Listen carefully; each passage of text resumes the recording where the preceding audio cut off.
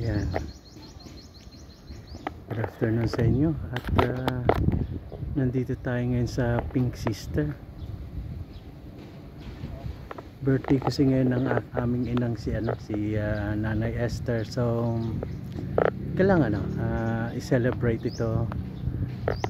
May the darkness of sin and the night of unbelief vanish before the light of the word. The spirit of grace, may the heart of Jesus live in the heart of all. Saint Arnold Johnson. Happy birthday na lang sa aking inang si Esther. Ayan na, pinagdasal ko na lang siya rito sa Pink Sister. Salamat sa Diyos at nakadalaw dito. Libutin uli natin yung ito kasi yung ito ang magandang nga pala yung huling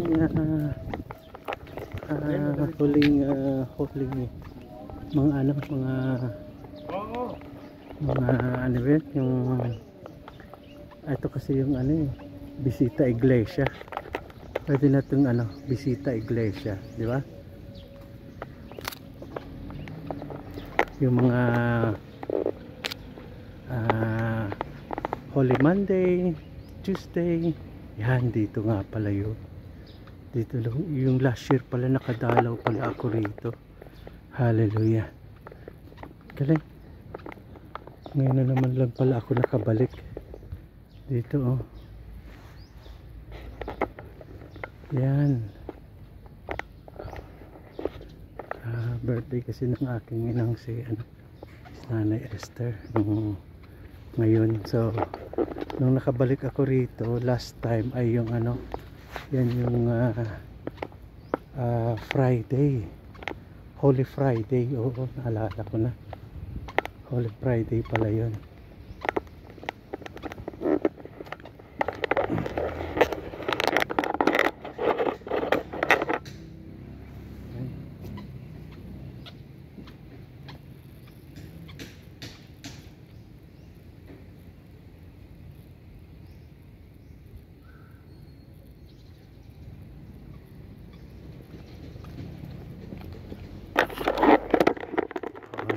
Last year ito. Ayan yung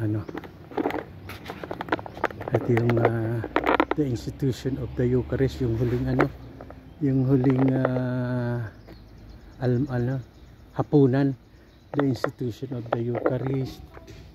Tapos eto, the agony in Gethsemane, yan, pangalawa na yan. Yung una yun yung the institution of the Eucharist, pangalawa to the agony in Gethsemane. Bagong pintura na nga uli kasi malapit na Jesus is sentenced to death. Eto na, sinentensya na siya ni Poncio Pilato. Pako sa krus, sabi niya ni Poncio Pilato. Yun na yung pangatlo. Ito na yung pangapat, si Jesus is scourged and crowned with thorns. Scourged and crowned with thorns.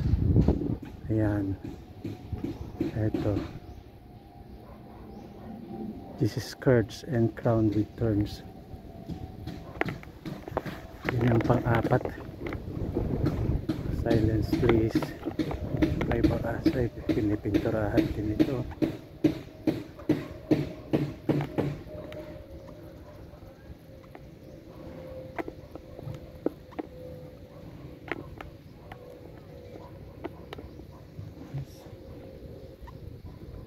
Tapos ito na yung pang-5. Jesus received the crosses, received the cross. Yung pinapasa na sa kanya yung yung cross dito nga. Ayan.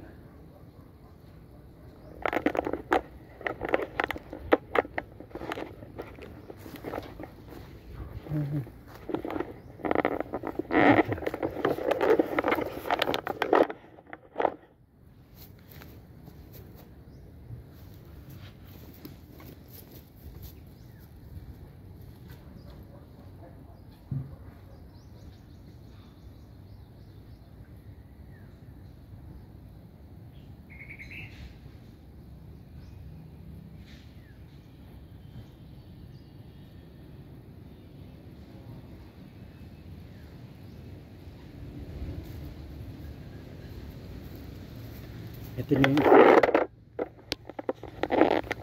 tapos dito na tayo sa ika-6 na.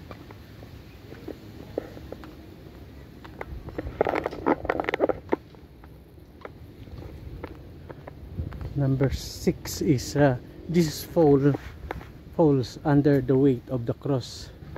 Kasi mabigat na mabigat talaga yung cross eh. Biruin mo yan, papasanin mo yan. Napakabigat niya. Ang galing ng pagkaka-drawing niya. Ano talaga siya? Inukit talaga siya. Nakaukit talaga siya. Ang galing. Talagang ano, nakaumbok, embossed talaga. Tapos number 7, Simon of Cyrene carries the cross of Jesus. Ito na yung tinulungan si Papa Jesus ni Simon. Pinagano kasi hindi na nga makabuhat si Jesus. Tinulungan siya. Ayun, binubuhat na. So number 8 na rito.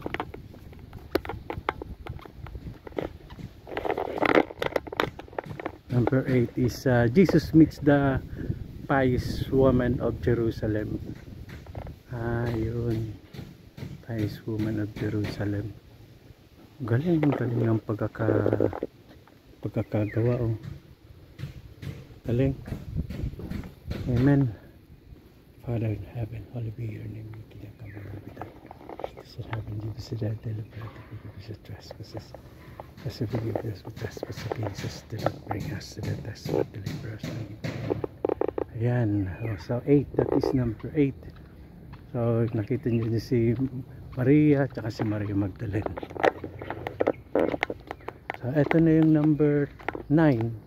So number 9, Jesus is nailed to the cross na. Pinako na pala niya. Number 9 pala ay pinako na si Jesus. Pinako na talaga siya. Grabe nung unang panahon na which is nangyayari din naman ngayon. Father in heaven, hallowed be your name. Your kingdom come, your will be done on earth as it is in heaven. Give us today our daily bread, and forgive us our trespasses. So forgive those who trespass against us. Do not bring us to the test, but deliver us from evil. So nandito na tayo sa number 10. Jesus promises heaven to repentant tip. Father, heaven, hallowed be your name. Give us today our daily bread. Give us our trespasses. So forgive those who trespass against us. Do not bring us to the test, but deliver us from evil. Yan, sabi na nga ni yung magnanakaw ay Panginoon, alalahanin mo ako pag nasa naghahari na sa kaharian mo. Ayun, so sinabihan ni Jesus na isasama na kita ngayon din. Ayan, yun pala yung pang-10. Ganun hapon po. Ayan ang pang-10. Tapos ito na yung pang-11, Mary and John at the foot of the cross. Ito, Our Father in heaven, hallowed be your name. Your kingdom come, your will be done on earth as it is in heaven. Give us today our daily bread. Forgive us our trespasses, forgive those who trespass against us. Do not bring us to the test, but deliver us from evil. Yan, Mary and John at the foot of the cross. Ito na siya, talagang buhay pa niyan si Jesus.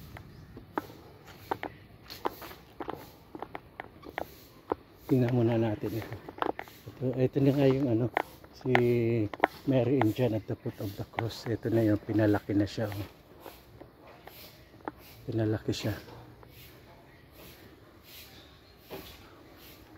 Ayun ang nakasulat naman sa niya. Jesus Nazarene Rex Edabro. Ito na nagkasya yung ayan, si Mary and John.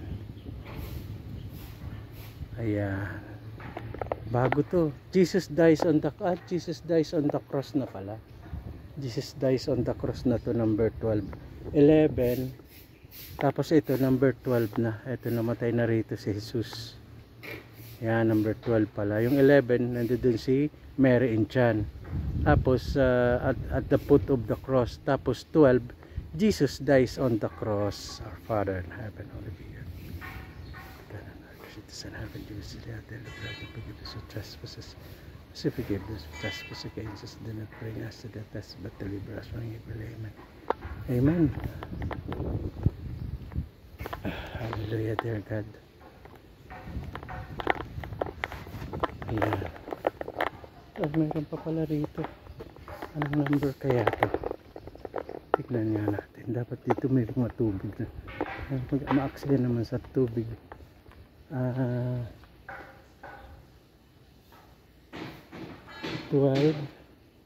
13. Dun ang 13. 13 muna tayo. This is lay on the tomb. Ayun. 13. Nilagay na siya dun sa sa binigay na parang yungib. Binigay sa Jesus is lay on the tomb. Nilagay siya dun sa yungib. Ayun. Ito na siya. Our Father in heaven, hallowed be your name. Your kingdom come, your will be done on earth as it is in heaven. Give us our daily bread, and forgive us our trespasses, so forgive us our trespasses against us. Do not bring us to the test, but deliver us from evil. Amen. Ayan, nilagay niya siya sa yungib niyan. Ito na yung number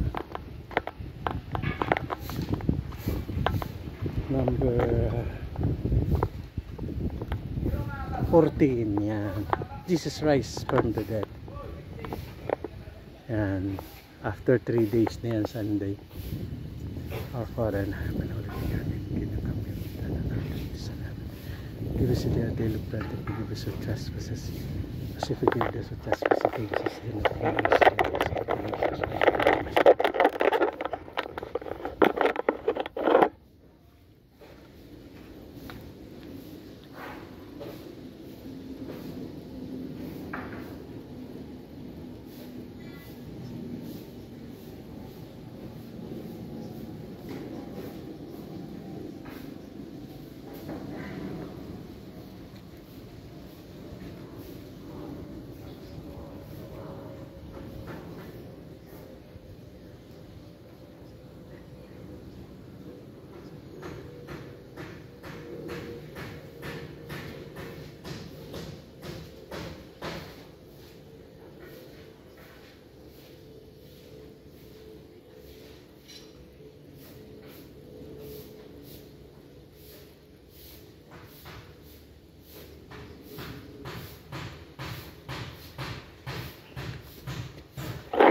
Ayan. Salamat sa Diyos. Salamat sa Diyos. Ayan, dito na tayo. Wala nang daan dyan. Meron pa rin. Ayan, meron pa rin. Akala ko na wala na yung daan. Yung daan talaga rito eh.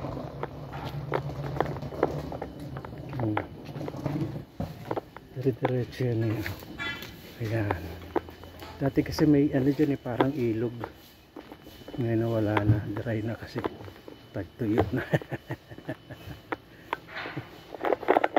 Kasi tagtuyo na. Ayan, wala na tubig. Ayan, tagtuyo na. Dati may tubig pa to eh. Naalala ko a long time ago nung nag-abroad pa ako, may tubig yan. Ngayon medyo natuyo na. Siyempre tagal na.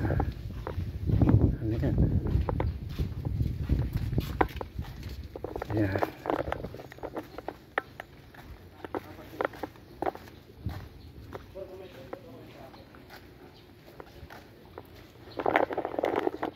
Nakakagutom na rin. Siguro it's time to have my lunch na. Lunch na tayo.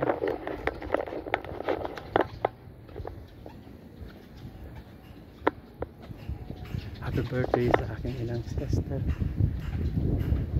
At congratulations sa anak kong si Dr. Ibon. Happy graduation, doktor ka na. Hallelujah, salamat sa Diyos. And anak kong genius, isa ng doktor. Hallelujah, dear God. Salamat sa Diyos. Nakarating ako rito.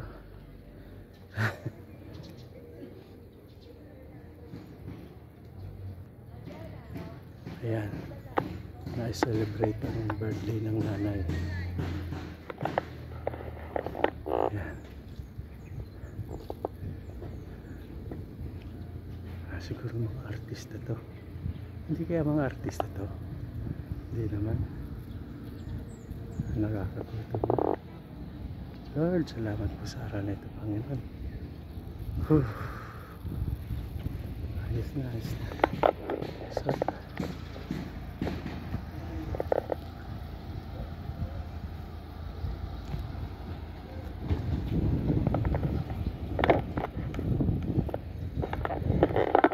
So, sa mga nanood, salamat. Birthday ng nanay ko ngayon. Nakarating ako bisita iglesia. Ano lang, kailangan kasi sa panahon ngayon ay hindi natin sure kung bigla na lang tayong kukunin ni Lord. Kailangan maging handa tayo. At nakapagkumpisal na rin ako. Salamat sa Diyos. Bye bye, bye bye.